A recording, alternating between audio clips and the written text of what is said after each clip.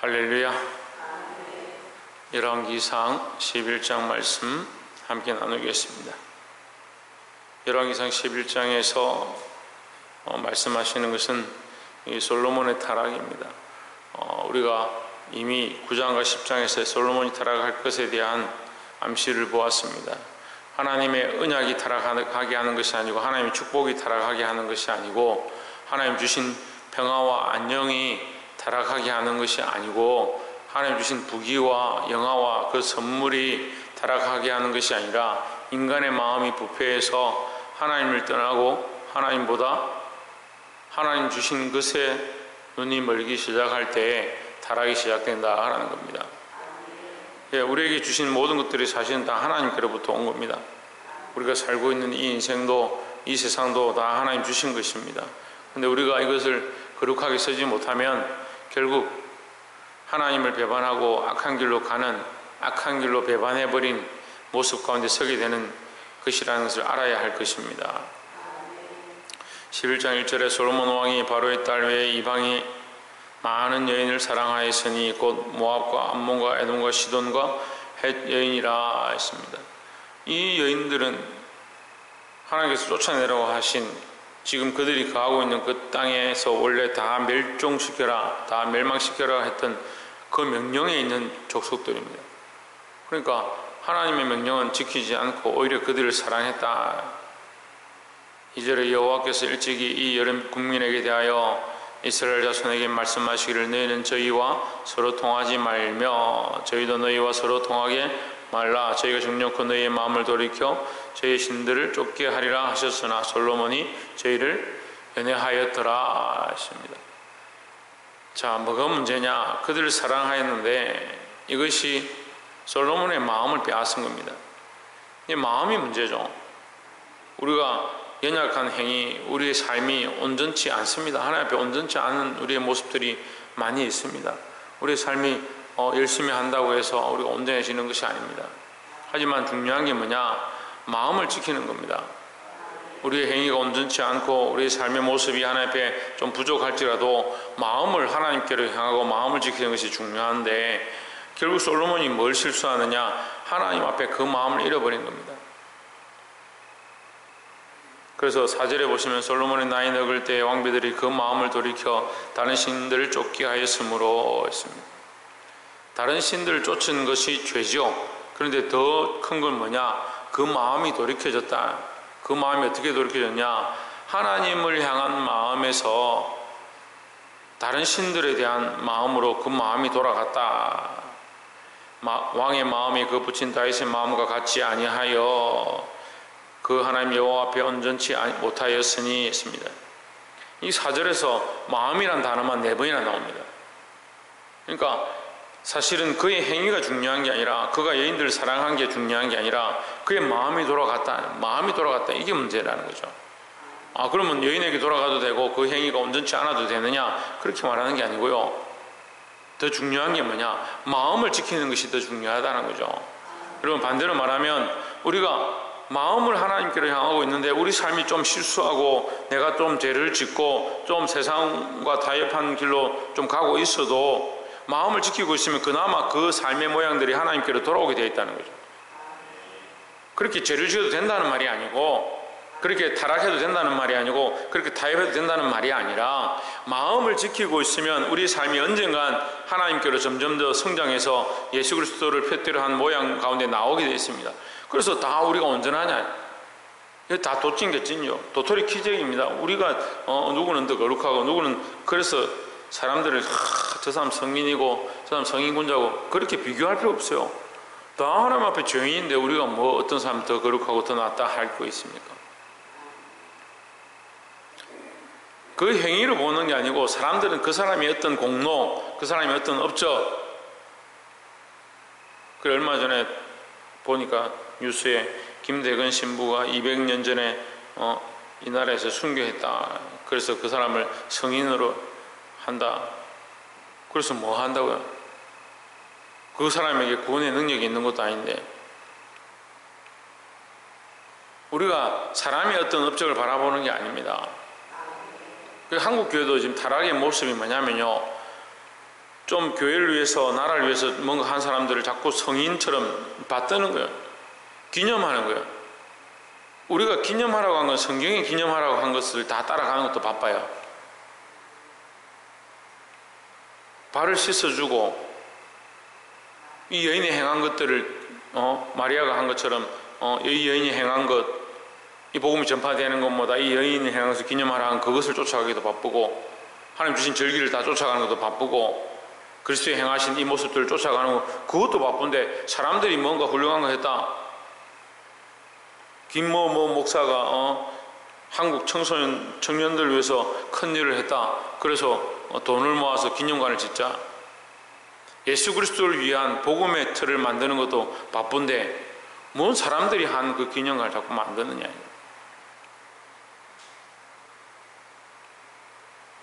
우리가 이 마음을 다해서 하나님께로 맞추는 것, 하나님을 향해서 온전히 쫓아가는 것, 이것도 정말 바쁜데 왜 자꾸 사람들에게 기준을 두느냐. 보게 되길 소망합니다. 그래서 이 사람들의 행위, 이 솔로몬이 이 여인들을 쫓아간 이 타락한 그 행위가 문제가 아니라 그의 마음이 빼앗겨버린 것, 그 마음이 변질되어지고 하나님에게로부터 하나님을 향한 온전한 마음, 이 다윗과 같이 아니한 이 모습으로 돌아간 것, 이것이 하나님 보시기에 가증한 것이다. 그래서 무엇을 지킬 만한 것보다 뭘 지켜라? 마음을 지켜라. 여러분, 이거 오해하면 안 됩니다. 우리가 마음을 지키기만 하면 되고 행위는 필요 없느냐, 그 말을 하는 게 아니에요. 우리가 마음을 온전히 지키면 우리 행위가 같이 따라가게 돼 있다는 거죠. 그래서 우리 행위는 다 불완전하고 연약할 수 있습니다.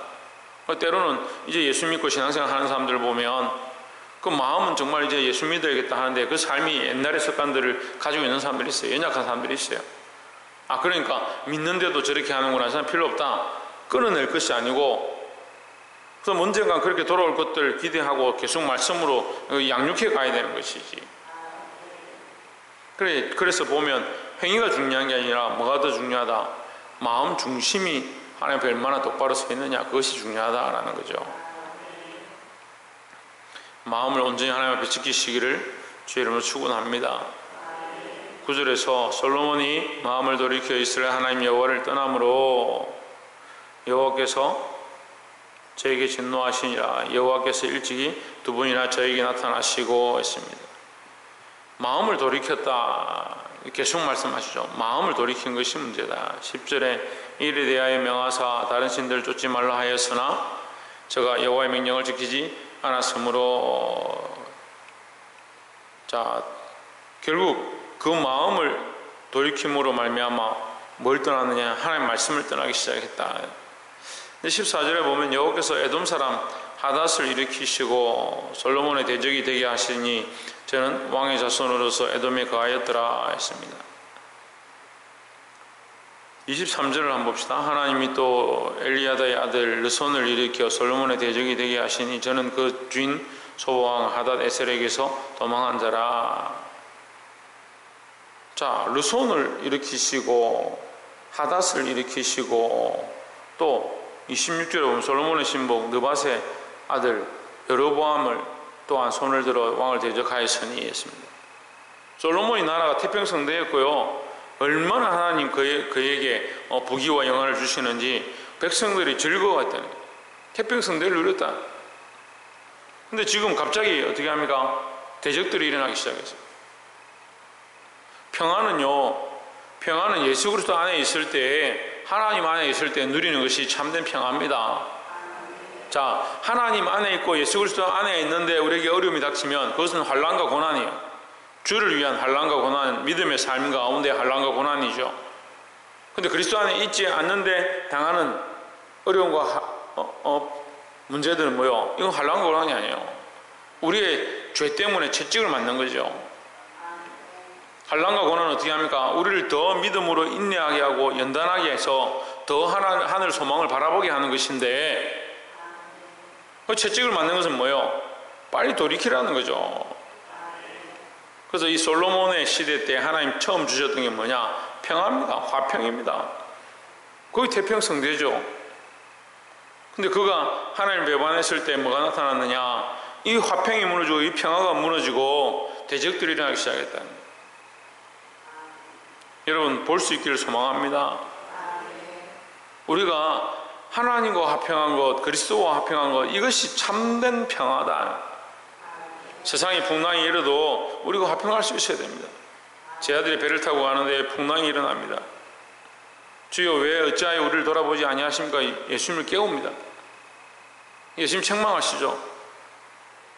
근데 사실 상식적으로 보면 예수님을 깨우는 게 맞죠.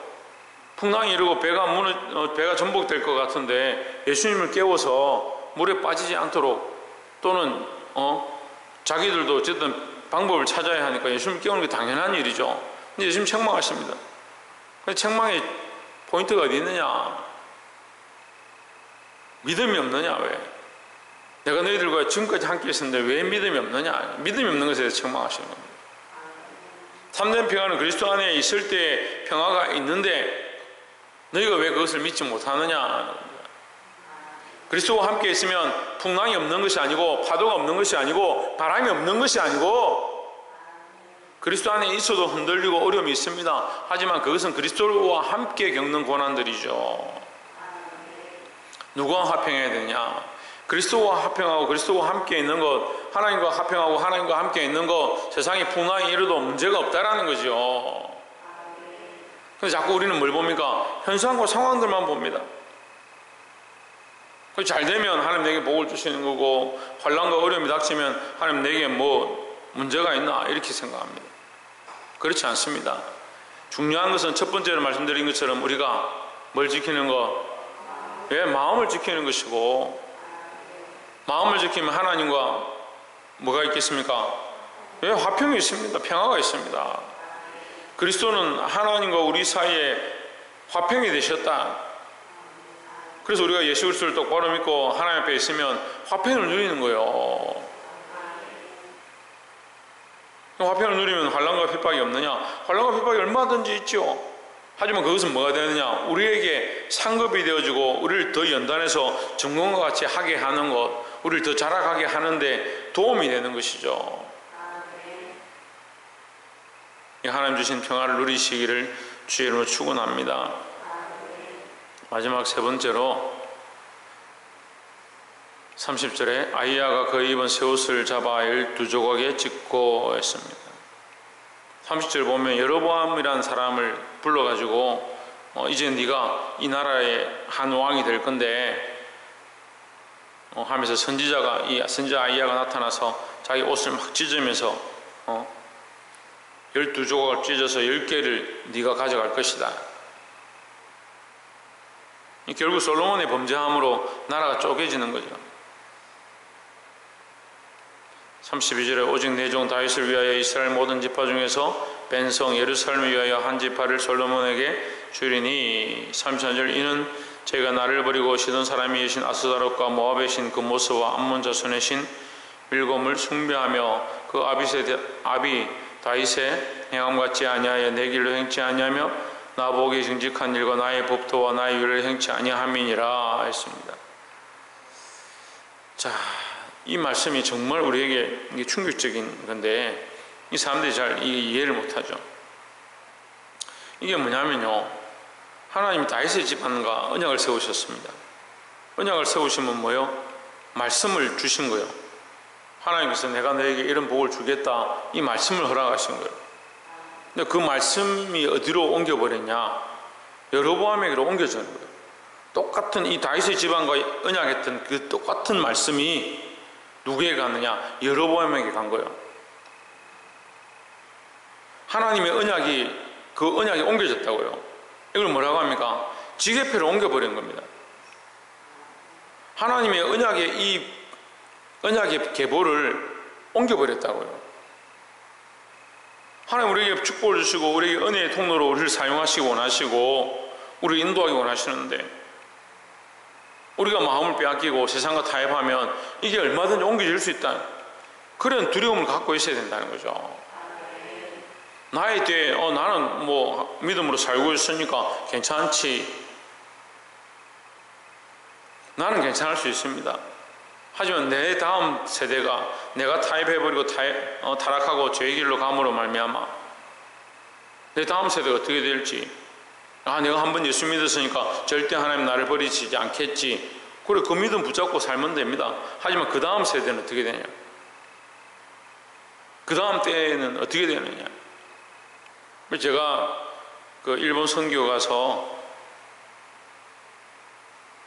최 목사님, 최 선교사님, 최정강 선교사님이라고 그 전에도 몇 번 말씀드렸는데 4대째 하나님 섬기고 선교를 하고 일본의 그 핍박과 환난 가운데도 교회를 세워가니까 하나님께서 그 평생에 아무것도 없는데 가난하고 아무 것 없이 빈손으로 끝나가는 인생에 은퇴하는 마당에 그 제가 선교로 가니까 이제 은퇴하셨다고 그 얘기를 하시더라고요. 몇 년 동안 선교를 했는데 만나서 얘기를 하는데 자기는 이제 은퇴하고 이제 빈손으로 여기 은퇴한 교회 섬기고 있다, 출석만 하고 있다 이렇게 하시는데, 제가 하나님께서 그러면 지금까지 이렇게 섬기고 일본에서 교회를 세우시고 그 교회를 다 내려놓고 이제 물러났는데 어떤 복을 주셨을까, 아무리 살펴도 복 받은 그런 게 별시가 안 나는 거예요. 그래서 제가 이렇게 얘기를 하는데 자식들에 대해서 얘기하는데 4대째 예수 믿는데 자식들과 그 손자들이 얼마나 복을 받느냐. 아들 너희가 있는데 아들 넷이 다 의사. 어느 정도 의사냐, 일본에서 손꼽히는 의사예요. 하나님 그렇게 복을 주시는 거예요. 그런 복들이 제가 이 삶에서 너무 많은 것들을 보는 거예요. 의사가 돼야 복이 있다는 게 아니라 하나님 그렇게 복을 주시더라고요. 그의 때, 그의 세대에 받지 않아도 하나님 그 다음 세대에 주시고, 내가 믿음을 잃어버리면, 내가 하나님과의 관계를 잃어버리고 그 마음을 잃어버리면 나는 괜찮을 수 있을지 모르겠습니다. 이 솔로몬 때 너희 생전에는 34절에 솔로몬의 생전에는 온 나라를 그 손에서 빼앗지 아니하고 주관하게 하려니와 35절에 내가 그 아들의 손에서 나라를 빼앗아 그 10지파를 내게 줄 것이요 했습니다. 솔로몬 때는 괜찮을 수 있습니다. 우리 때는 그래도 믿음으로 조금 그래도 살아왔으니까 이게 지게표가 옮겨지지 않고 있을 수 있습니다. 자꾸 한국교회 이상한 이 신앙의 계보들이 있는 거예요. 내가 한번 예수 믿고 한번 세례받았으면 절대 하나님 나를 버리지 않는다. 하나님은 버리는데 그건 안 버리고 붙잡고 있는 거예요.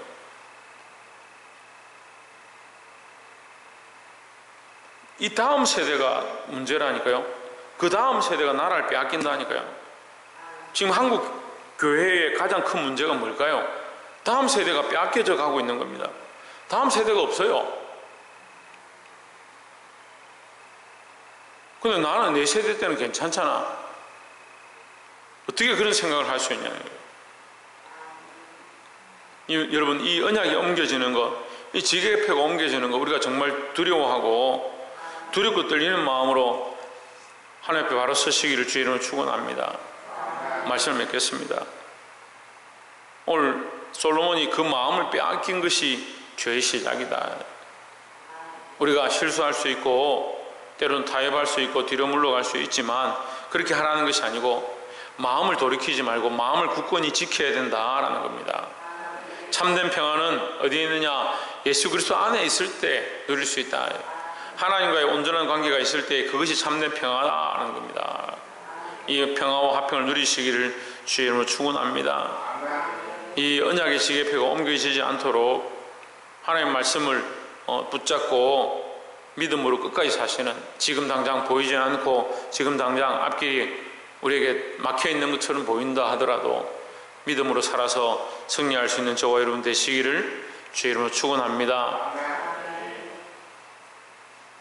기도하겠습니다.